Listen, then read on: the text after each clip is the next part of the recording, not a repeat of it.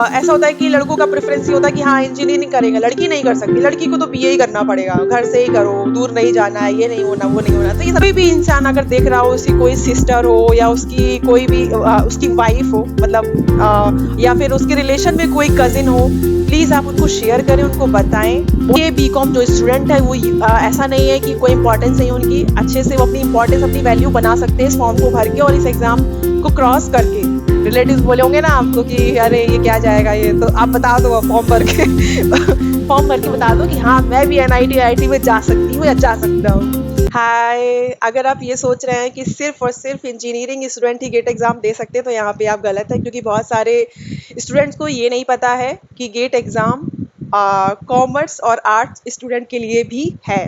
जी हाँ, 2021 से new update आया है, गेट एग्जाम ने भी ऐसे स्टूडेंट को अलाउ किया है जिन्होंने बीए किया है, बीकॉम किया है, बीएससी किया है और इंटीग्रेटेड डिग्रीज की हैं, जो 12th के बाद सीधे 5 ईयर्स या 6 ईयर्स की जो डिग्रीज होती हैं उनको भी गेट एग्जाम ने अलाउ किया है। बशर्ते ये है कि आपका जो इंस्टीट्यूट जहाँ से भी आपने ये डिग्री हासिल की है वो ऑथेंटिक होनी चाहिए। ठीक है, तो यहाँ पे जो मेन वीडियो मेरा बनाने का मोटो है वो सिर्फ और सिर्फ नॉन टेक्निकल स्टूडेंट के लिए है जो एग्जाम में अपीयर हो सकते हैं। उनकी एलिजिबिलिटी के बारे में मैं यहाँ पे बात करूंगी कि कौन ऐसे स्टूडेंट है जो अप्लाई कर सकते हैं और किस पेपर कोड को दे सकते हैं। और थर्ड मैं बात करूंगी मार्क्स डिस्ट्रीब्यूशन, मतलब एग्जाम का जो पैटर्न रहने वाला है वो कैसा है। तो अगर फॉर एग्जाम्पल मैं यहाँ पे एक एग्जाम्पल के थ्रू बताऊंगी। फॉर एग्जाम्पल कोई स्टूडेंट है, उसने बीए किया हुआ है या कॉमर्स बीकॉम किया हुआ है, ठीक है, तो वो गेट एग्जाम के लिए एलिजिबल है यहाँ पे। और अगर कोई बीए के बाद किसी ने एमए भी किया है तो वो भी एलिजिबल है। तो बीए वाले यहाँ पे मास्टर कर सकते हैं, किसी भी एनआईटी आईआईटी कॉलेज में जाके मास्टर कर सकते हैं। और जिन्होंने एमए किया है या एमएससी किया है या फिर एमकॉम किया है तो वो कहाँ जा सकते हैं, वो पीएचडी के लिए एनआईटी आईआईटी में जा सकते हैं और अपनी डिग्री कर सकते हैं। ठीक, अब यहाँ पे बहुत मैंने देखा है कि वीडियोस जो है यूट्यूब पे बहुत सारी पड़ी हुई है लेकिन फॉर दी इंजीनियरिंग स्टूडेंट्स के लिए, बट मैं यहाँ पे मेन फोकस मेरा यहाँ रहने वाला है नॉन इंजीनियरिंग स्टूडेंट्स के लिए कि वो ज़्यादा से ज़्यादा फॉर्म फिल करें। ठीक है, तो अभी जैसे कि क्या है कि मैंने देखा कंपटीशन बहुत कम है, तो आपके लिए बहुत गोल्डन अपॉर्चुनिटी है। आप एनआईटी आईआईटी से आप अच्छे से वहाँ पे अपना मास्टर कर सकते हो, पीएचडी कर सकते हो, अच्छा प्लेसमेंट ले सकते हो, तो ये आपके लिए सुनहरा मौका। अभी तक क्या होता था कि सिर्फ इंजीनियरिंग स्टूडेंट जो है बीटेक करके एमटेक करके प्लेसमेंट ले रहे हैं, लेकिन अभी क्या है कि कॉमर्स और आर्ट्स स्टूडेंट भी जो हैं वो भी इस तरीके से प्लेसमेंट ले सकते हैं आईआईटी एनआईटी पीसीएस जो इंस्टीट्यूट है वहाँ से अपना मास्टर और पीएचडी करके। तो मैं आपको यहाँ पे पूरी तरीके से हेल्प करने वाली हूँ। और मैं आपको एक चीज़ और बताना चाहती हूँ कि फॉर एग्जाम्पल यहाँ पे पेपर आपको कैसा देना होगा। तो यहाँ पे जो पेपर कोड है वो XH है, ह्यूमैनिटीज एंड सोशल साइंस। सो आपको एक पेपर कोड चुनना पड़ेगा। फॉर एग्जांपल अगर किसी ने भी बीए किया है तो उनको ह्यूमैनिटीज एंड सोशल साइंस जो पेपर कोड है उस वाले सेक्शन में जाके उसको चूज करना होगा। फॉर एग्जांपल अगर आप फॉर्म भर रहे हैं गेट का तो आपको XH जो पेपर कोड है उसको चूज करना होगा कि इस चीज़ में मैं गेट एग्जाम में अपीयर होने वाली हूँ या होने वाला हूँ। ठीक है, तो XH जो social science humanity paper code है वो आपने चूज कर लिया। और एलिजिबिलिटी तो आपको पता ही है कि जो भी 3 ईयर डिग्री होल्डर हैं, बीए बीएससी बीकॉम जिन्होंने भी किया है, एमए जो भी किया है वो अपीयर हो सकते हैं इस एग्जाम इस पेपर कोड के लिए XH humanities and social science. और एक और चीज़ मैं आपको यहाँ पे बताना चाहूँगी कि सिर्फ नॉन इंजीनियरिंग ही नहीं, यहाँ पे इंजीनियरिंग दोनों ही तरीके के स्टूडेंट एलिजिबल हैं। मतलब humanities and social science paper code के लिए एवरीवन इज एलिजिबल। ठीक है, अगर आपने बीबीए भी किया है या फिर इससे रिलेटेड आसपास से कहीं, मतलब बीकॉम बीए बीएससी इससे रिलेटेड जो भी डिग्री किया आप एलिजिबल हो। अब इसके बाद मैं बात करती हूँ कि XH जो पेपर है उसका क्या एग्जाम पैटर्न होने वाला है। तो फॉर एग्जांपल मैं आपको एक चीज़ ये बता दूँ कि एग्जाम जैसे आप एग्जाम हॉल में जाओगे, एंटर करोगे तो आपको क्वेश्चन पेपर में 3 तरीके के क्वेश्चंस देखने को मिलेंगे। पहला जो है वो है मल्टीपल सिलेक्ट क्वेश्चंस, दूसरा जो है fill in the blanks question, तीसरा है मल्टीपल चॉइस क्वेश्चन। ठीक है, ये 3 तरीके के क्वेश्चन आपको देखने को मिलेंगे और गेट एग्जाम में नेगेटिव मार्किंग होती है।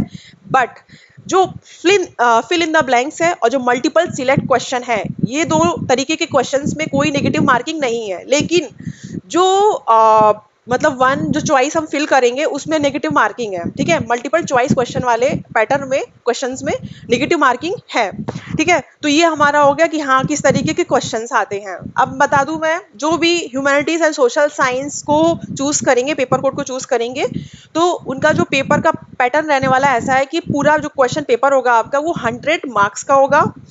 और आपका क्या होगा कि फॉर एग्जांपल अगर मैं कंपेयर करके बताऊं तो इंजीनियरिंग स्टूडेंट के लिए क्या होता है कि 100 मार्क्स का पेपर है, नॉन इंजीनियरिंग के वाले स्टूडेंट के लिए भी 100 मार्क्स का पेपर है, दोनों का इक्वल वेटेज है। लेकिन यहाँ पे इंजीनियरिंग के लिए क्या होता है कि जैसे फॉर एग्जांपल मैं अपनी बात करूं, मैं इंजीनियरिंग स्टूडेंट हूँ और सीएससी ब्रांच से मैंने बीटेक किया है, एमटेक किया है, ठीक है। तो तो मेरे केस में क्या है कि अगर सीएससी ब्रांच से मुझे एग्जाम देना है गेट का, तो मेरे पेपर में क्या आएगा, 15 मार्क्स का एप्टीट्यूड, बाकी 85 मार्क्स का मेरा आएगा सब्जेक्ट का पेपर, मतलब सब्जेक्ट में जो भी मेरे सीएससी ब्रांच से रिलेटेड जो सब्जेक्ट है वो आएंगे। ठीक इसी तरीके से जो बीए और बीएससी बीकॉम वाले जो स्टूडेंट है, जो ह्यूमैनिटीज एंड सोशल साइंस में एग्जाम देना चाहते हैं, तो अब इसमें क्या है, 6 तरीके के पेपर्स हैं, पेपर कोड है, मतलब x H C1 C2 C3 C4 C5 C6। अब इसके मैं नाम बता देती हूँ, मैंने लिख के रखा हुआ है और मैं आपको नाम बता देती हूँ कि इसके क्या पेपर्स हैं। तो x H humanities and social science जो एक पेपर कोड है, इसके अंदर आपके पेपर कोड्स हैं, जैसे कि फॉर एग्जाम्पल पहला जो है इकोनॉमिक है वो C1 में आता है, तो ये टोटल मिला के आपका जो पेपर कोड हो गया वो हो गया XH C1। दूसरा जो है इंग्लिश है उसका C2 है, तो XH C2। थर्ड जो है लिंग्विस्टिक है C3, XH C3। फोर्थ है philosophy C4, XH C4। Fifth है psychology C5, XH C5। Six है सोशियोलॉजी C6, XH C6। तो फॉर एग्जांपल अगर कोई स्टूडेंट ने एमए किया है, मान लीजिए उसने एमए या बीए, किसी स्टूडेंट ने बीए किया, मान ली फॉर एग्जांपल मान लेते हैं बीए किया हुआ है, तो जो बीए स्टूडेंट है मान लो उसने इंग्लिश से किया हुआ है, ठीक है, तो वो क्या कर सकता है कि XH C2 इंग्लिश वाला जो पार्ट है, ये वाला क्वेश्चन पेपर, ये वाला प्रीवियस ईयर क्वेश्चन पेपर की जो बुक है वो मतलब लेके प्रीवियस ईयर क्वेश्चन लगा सकते हैं। और 2021 से लागू हुआ है तो फिर 5 साल का लास्ट 5 इयर्स का क्वेश्चन पेपर आपको लगाना होगा, ठीक है। अब मान लीजिए किसी ने बीए किया इकोनॉमिक्स से, तो इकोनॉमिक्स चूज कर सकते हैं, फिलोसफी से किसी ने किया तो फिलोसफी चूज कर सकते हैं। तो इस तरीके से यहाँ पे सब्जेक्ट कोड दिए हुए हैं, तो उसके रिगार्डिंग वो आपका पेपर है, ठीक। लेकिन सारे जो जितने भी पेपर ये C1 C2 C5 C6 तक हैं, वो सारे ह्यूमैनिटीज एंड सोशल साइंस वाले कोड में ही आएंगे, ठीक है। तो ये तरीका हो गया, आपके 6 तरीके के आपके क्वेश्चंस पेपर यहाँ पे रहने वाले हैं फॉर दी बीए और बीकॉम स्टूडेंट, मतलब आर्ट्स स्टूडेंट्स के लिए, ठीक है। अब इसके बाद हम देखते हैं कि पेपर का पैटर्न क्या है। अगर मान लीजिए फॉर एग्जांपल ये 6 पेपर का पैटर्न सेम है, एक्स एच जो ह्यूमैनिटी सोशल साइंस है, ये इसके अंदर जो 6 पेपर आते हैं वो सारे पेपर्स का पैटर्न सेम है। और पैटर्न क्या रहने वाला है, पहला कॉमन रहेगा कि 15 मार्क्स का आपका एप्टीट्यूड तो आएगा ही आएगा, ठीक है, 15 मार्क्स का। उसके बाद 25 मार्क्स का आपका आएगा रीजनिंग और रीजनिंग एंड कॉम्प्रीहेंशन, 25 मार्क्स का रीजनिंग एंड कॉम्प्रीहेंशन आएगा। और फिर उसके बाद आएगा 60 मार्क्स के ऑप्शनल होंगे, मतलब आपके सब्जेक्ट्स होंगे जिसमें आप ये चूज करोगे। फॉर एग्जांपल इंग्लिश से किसी ने बीए किया है, उसको मन है इंग्लिश चूज करेगा, तो यहाँ पे C2 चूज करेगा और वो C2 उसका ऑप्शनल सब्जेक्ट हो गया, मतलब इंग्लिश से रिलेटेड जो भी क्वेश्चंस होंगे वो 60 मार्क्स के अंदर आएंगे आपके, ठीक है। तो ये हो गया, तो इस तरीके से क्वेश्चन रहने वाला है। अब यहाँ पे क्या हो गया, क्वेश्चन पेपर में 1 मार्क्स के 2 मार्क्स के क्वेश्चन कॉम्बिनेशन में होंगे। तो मैं आपको ये भी बता देती हूँ, जो आपका 15 मार्क्स का एप्टी का क्वेश्चन होगा उसमें टोटल 11 क्वेश्चंस होंगे, ठीक है। 7 क्वेश्चन जो होंगे वो 1 मार्क्स के होंगे और 4 क्वेश्चन जो होंगे वो 2 मार्क्स के होंगे। अब इसके बाद दूसरा बता देती हूँ कि जो 25 मार्क्स का रीजनिंग एंड कॉम्प्रीहेंशन होगा उसमें टोटल आपके 16 क्वेश्चंस होंगे, 7 क्वेश्चन 1 मार्क्स के होंगे और 9 क्वेश्चन 2 मार्क्स के होंगे, ठीक है। अब 60 नंबर जो आपका ऑप्शनल होगा, जो C1 C2 C5 C6 तक आप जो चूज करोगे इनमें से कोई भी एक, तो उसके क्वेश्चंस पेपर में कितने क्वेश्चंस आएंगे, 39 क्वेश्चंस आएंगे उस पेपर में, ठीक है। तो अब 39 क्वेश्चन में 18 क्वेश्चन जो होंगे वो 1 मार्क्स के होंगे और 21 जो क्वेश्चंस होंगे वो 2 मार्क्स के होंगे। तो ये आपका मार्क्स का डिस्ट्रीब्यूशन है, इस तरीके से आपका पैटर्न रहने वाला है क्वेश्चन पेपर का। तो देखिए मेरा मानना ये है अब एक और चीज बात कर लेते हैं, इसके बाद मैं आपको ये बात बताऊंगी। कट ऑफ के बारे में बात कर लेते हैं, कट ऑफ कितना गया था।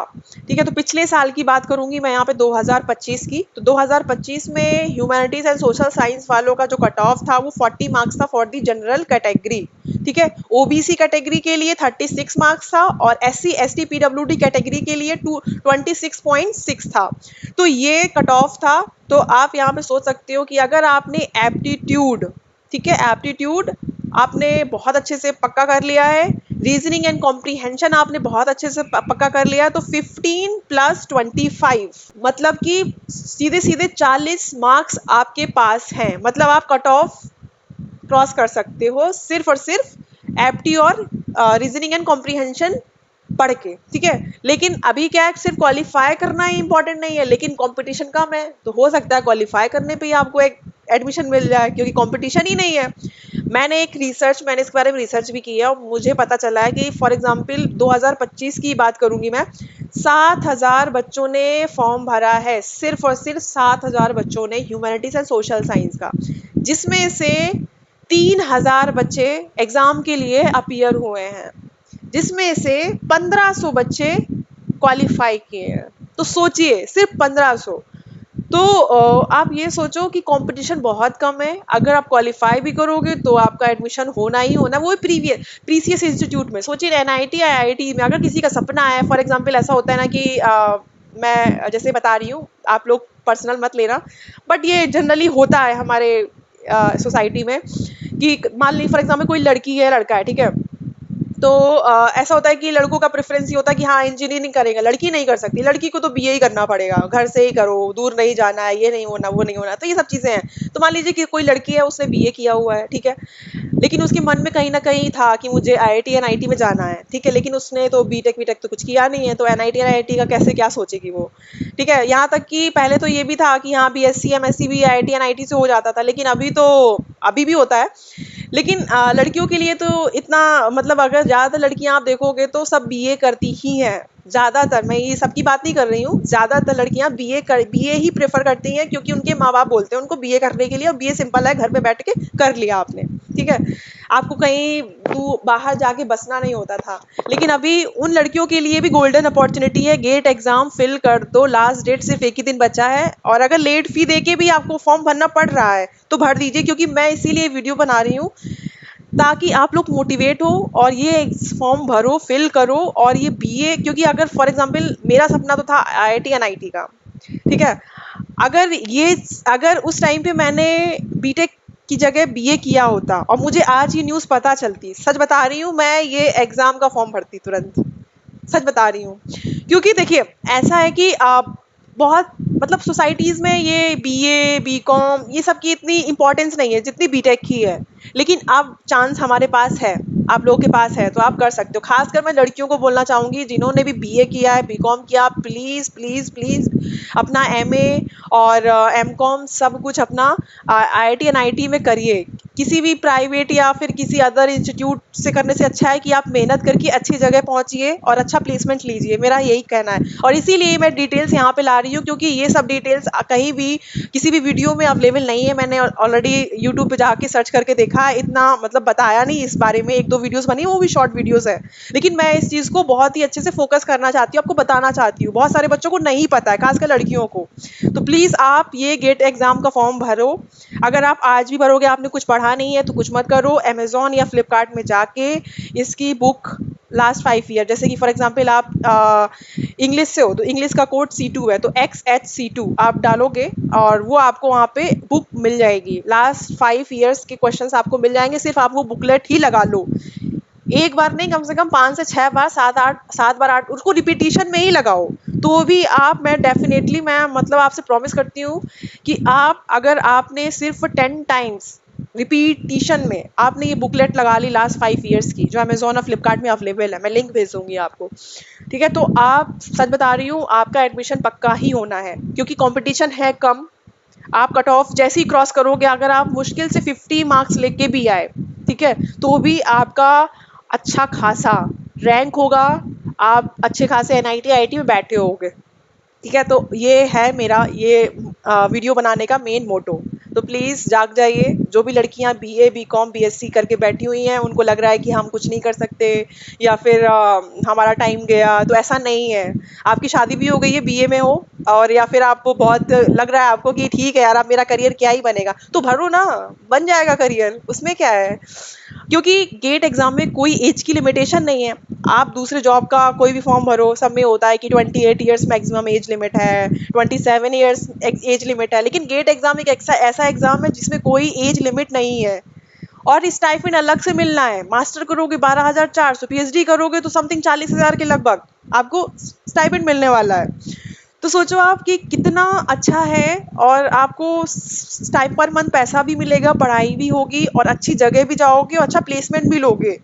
तो ये चीज़ें हैं। गेट एग्ज़ाम बहुत सारे लोगों की लाइफ चेंज की है, मेरी लाइफ टोटली चेंज हुई है, और मैं चाहती हूँ जैसी मेरी लाइफ चेंज हुई है उसी तरीके से आप सब लोगों की लाइफ चेंज हो। खासकर तो मैं वुमेन्स के लिए कहूँगी, जो लड़कियाँ हैं वो प्लीज़ अपने ऊपर ध्यान दें, और इस अपॉर्चुनिटी को अपने हाथ से जाने ना दें।